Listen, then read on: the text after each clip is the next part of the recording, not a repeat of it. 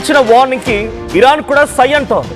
Trump మాటల్ని ఎట్టి పరిస్థితులు నమ్మలేమంటోంది ఇరాన్. హార్ముజ్ జలసంధి వెంట ఇప్పుడు భారీగా యుద్ధ సామాగ్రి మోహరించి పెట్టింది ఇరాన్. హార్ముజ్ జలసంధిని తెరవకపోతే ఇరాన్ సమాధవుతుందంటూ ట్రంప్ హెచ్చరికలకి ఇరాన్ ఏ మాత్రం భయపడలేదు. పైపెచ్చు 15,000 మిసైల్స్ని 45,000 డ్రోన్స్ని వార్కు సిద్ధంగా ఉంచింది ఇరాన్. ఈరోజు తెల్లవారుజామున 5:30 డొనాల్డ్ ట్రంప్ విధించిన గడువు ముగిసింది. శాంతి చర్చలకు ద్వారాలు మూసివేసింది ఇరాన్. యుద్ధానికి సిద్ధమంటోంది. అందులో భాగంగానే 15,000 మిసైల్స్ని 45,000 డ్రోన్స్ని హార్ముజ్ జలసంధి వెంట మోహరించి పెట్టింది. అయితే ఈ నేపథ్యంలోనే ట్రంప్ ఎప్పుడు కూడా ఒకటి చెప్తూ ఉంటాడు, మరొకటి చేస్తూ ఉంటాడు. యుద్ధం ఆగిపోయిందంటాడు, యుద్ధం జరుగుతుంది అంటాడు, యుద్ధం లేదంటాడు, ఆ దేశం పైన దాడులు చేస్తూనే ఉంటాడు. సో ట్రంప్ మాటలకి కనీసం ఆయనకే అవగాహన ఉండదు. అటువంటి మాటలు మాట్లాడుతుంటాడు ట్రంప్ అనే భావనలో ఇరాన్ ఉంది. అందుకే దేనికైనా సిద్ధంగా ఉన్నామంటూ ఐఆర్జీసీ వార్నింగ్ ఇచ్చింది. రెప్పపాటు కాలంలోనే ఇప్పుడు యుద్ధం ఆగిందంటున్నారు ప్రపంచ నేతలు.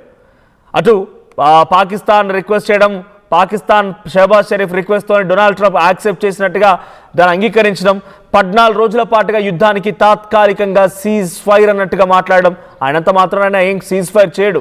దీంతో పాటుగా గడువు పొడిగించేశాడు. ఫస్ట్ ఇనిషియల్గా ఆయన పెంచిన గడువు, ఆయన పెట్టిన గడువు కేవలం 24 అవర్స్ 48 అవర్స్ అంటూ ప్రతిసారి పోస్ట్ చేస్తూ వచ్చాడు. ఆయన పెట్టిన గడువు ఈరోజు ఒక 10 నిమిషాల క్రితం ముగిసింది. ఒక 10 నిమిషాల క్రితమే ఆ గడువు కూడా ముగిసింది.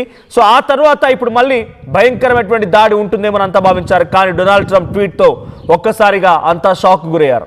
14 రోజుల పాటుగా యుద్ధానికి తాత్కాలికంగా విరమణ పలుకుతున్నాను, కానీ లేదనంటే ఆయన ఒక గడువు పెంచుతున్నాను, 2 వీక్స్ ఆఫ్ డెడ్ లైన్ని పెంచుతున్నానని చెప్పుకొచ్చాడు. Same conditions, but dead lines మాత్రం పెంచాడు. 48 గంటల డెడ్ లైన్ నుంచి 2 వారాల డెడ్ లైన్ని ఆయన పొడిగించడం జరిగింది. సో ఇక్కడ బిగ్గెస్ట్ థింగ్ హ్యాపెనింగ్ ఏంటంటే ఇరాన్ మాత్రమే ఈ యుద్ధానికి ఎట్టి పరిస్థితుల్లో ముగింపు పలకము. ఇరాన్ ఎట్టి పరిస్థితుల్లో వెనకడుగు వేయము, నీ వార్నింగ్తో మేము భయపడము. ఇరాన్ ప్రతిసారి డొనాల్డ్ ట్రంప్ యొక్క అహంకారాన్ని, ఈగోని దెబ్బ కొడుతూనే ఉంది.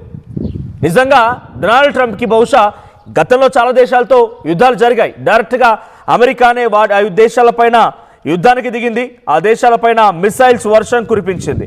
అటు ఇరాన్పై, తర్వాత గతంలో ఒక్కసారి మనం ఆ లిస్ట్ చూస్తే ఇరాక్ పై జరిగింది, ఆఫ్ఘనిస్తాన్ పై జరిగింది, యుగోస్లేవియా పైన, సిరియా పైన, లిబియా పైన, యెమెన్ పైన, ఇన్ని దేశాలపైన, సోమాలియా పైన కూడా దాడులు జరిగాయి, వెనిజువేలా పైన కూడా దాడులు జరిగాయి. కానీ ఇంతలా ఇరాన్ దెబ్బ కొట్టినట్టుగా, ఇరాన్ డొనాల్డ్ ట్రంప్కి చుక్కలు చూపించినట్టుగా బహుశా ఏ దేశము ఇంతటి స్థాయిలో చూపించలేదేమో. 2-3 రోజుల్లో యుద్ధాన్ని కంట్లు మొత్తంగా కంప్లీట్ చేసి తనే డైరెక్ట్గా యుద్ధ రంగంలోకి దిగిపోయి అంతా క్లోజ్ చేస్తాననుకున్న ట్రంప్కి బయట దేశం నుంచే కాదు, లోపల అంతర్గతం కూడా యుద్ధం మొదలైంది. మీరు చూస్తున్న ఈ విజువల్స్ బహుశా మీరంతా ఆశ్చర్యపోతారు. ఇరాన్లో ఉన్నటువంటి ప్రతి ఒక్క వ్యక్తి, ఎక్కడైతే డొనాల్డ్ ట్రంప్ బ్రిడ్జ్లను పేల్చేస్తాను, రైల్వే ట్రాక్స్ని పేల్చేస్తాను, మీకున్నటువంటి ఇన్ఫ్రాస్ట్రక్చర్ని కుప్పకూలుస్తాను, పవర్ ప్లాంట్స్ని పేలుస్తానని చెప్పి డొనాల్డ్ ట్రంప్ వార్నింగ్ ఇచ్చాడో, ఆ వార్నింగ్ ఎక్కడైతే ఆయన పేలుస్తానని చెప్పుకొచ్చాడో అక్కడక్కడ మీరంతా సిద్ధంగా ఉండండి అని చెప్పి ఇరాన్ ప్రభుత్వం ఆ దేశ ప్రజలకి ఆదేశాలు జారీ చేసింది, ఒక రిక్వెస్ట్ని జారీ చేసింది. వెంటనే ఒకసారి మీకు ఆ విజువల్ ప్లే చేస్తాను. ఎస్, ఇది చూడండి. పవర్ ప్లాంట్స్ దగ్గర, అక్కడ బ్రిడ్జెస్ దగ్గర, ఇంకా ఇతరత్ర ఎనర్జీ సెక్టార్స్ దగ్గర ఆ దేశ ప్రజలంతా వెళ్ళి మా సంపదను మేము కాపాడుకుంటాం, మా ఇన్ఫ్రాస్ట్రక్చర్ని, మేము సివిల్ ఇన్ఫ్రాస్ట్రక్చర్ని మేము ప్రొటెక్ట్ చేసుకుంటాం, అమెరికా వస్తే ఏంటి, వాడబ్బ బాబు వస్తే ఏంటి అన్నట్టుగా వాళ్ళంతా జెండాలు పట్టుకొని, ఇరాన్ జెండాలు పట్టుకొని ప్రతి ఒక్కరు చూడండి. మీకు మల్టిపుల్ విజువల్స్ కనిపిస్తూ ఉంటాయి స్క్రీన్లో, కంటిన్యూస్గా చెప్తున్నా కొద్ది. సో రైల్వే బ్రిడ్జెస్ పైన ఉన్నాయి, పవర్ సెక్టార్స్ దగ్గర ఉన్నారు, ఎనర్జీ సెక్టార్స్ దగ్గర ఉన్నారు, ఇంకా ఇన్ఫ్రాస్ట్రక్చర్, సివిల్ ఇన్ఫ్రాస్ట్రక్చర్ అటువంటి రైల్వే స్టేషన్స్ దగ్గర, బస్ స్టేషన్స్ దగ్గర, ప్రతి చోట అక్కడ ఇరాన్ ప్రజలు జెండాలు పట్టుకొని రా చూసుకుందాం అన్నట్టుగా అమెరికాకు వార్నింగ్ ఇచ్చారు. కేవలం డొనాల్డ్ ట్రంప్కి అక్కడ యంత్రాంగం, ఐఆర్జీసీ కాప్సే కాదు, దేశ ప్రజలు కూడా తొడగొట్టి మరి తేల్చుకుందాం నువ్వెంతో నేనెంతో అన్నట్టుగా వార్నింగ్ ఇస్తున్నారు. ఇన్ని జరుగుతున్నా, ఇన్ని డెడ్ లైన్స్ పెడుతూ ఉన్నా, ఇరాన్ ఏమాత్రం వెనక్కి తగ్గలేదు. కనీసం వద్దు చర్చ పెడదామని కూడా అనలేదు. వేర్ రెడీ అన్నట్టుగా హార్ముజ్ జలసంధి వెంట 15,000 మిసైల్స్, 45,000 డ్రోన్స్ని, ఇవి చాలా చిన్న అమౌంట్. ఇంకా ఆ డొనాల్డ్ ట్రంప్ ఇచ్చిన వార్నింగ్కి ఇవి చాలా చిన్న అమౌంట్ ఆఫ్ వెపన్స్ని మోహరించి పెట్టింది. మనకున్న సమాచారమే, బయటికి పొక్కుతున్న సమాచారమే ఈ స్థాయిలో ఉన్నాయి లెక్కలంటే. ఇంకా అండర్ గ్రౌండ్ వాటర్ సిటీస్ ఉన్నాయి, వాళ్ళకి అండర్ గ్రౌండ్ సిటీస్ ఉన్నాయి. ఇక్కడి నుంచి ఏ మాదిరిగా మిసైల్స్ని వెపన్స్ని సిద్ధం చేసి పెట్టుకుందో ఇరాన్, ఆ దేశ ప్రజల తెగింపు కూడా ఒక రకంగా డొనాల్డ్ ట్రంప్ అహంకారాన్ని చెల్లు అనిపించేలా వాయించిందని చెప్పాలి.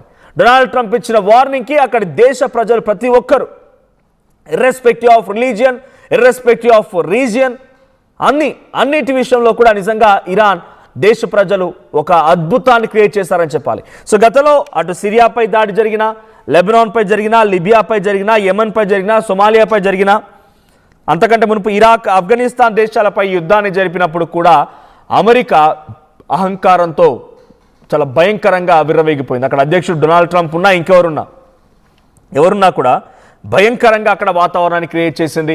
అక్కడ ప్రజలు కూడా భయపడిపోయారు, బెంబేలెత్తిపోయారు. కానీ ఇక్కడ మాత్రం డొనాల్డ్ ట్రంప్ చాలా పెద్ద మొత్తంలో వాళ్ళంతా సిద్ధంగా ఉన్నట్టు చెప్తున్నారు. So Kuwaiti flag was torn down and the Iraqi flag raised above the Kuwait consulate in Barsa by angry protesters denouncing Kuwait for allegedly allowing the United States to use its territory to launch strikes on Iraq.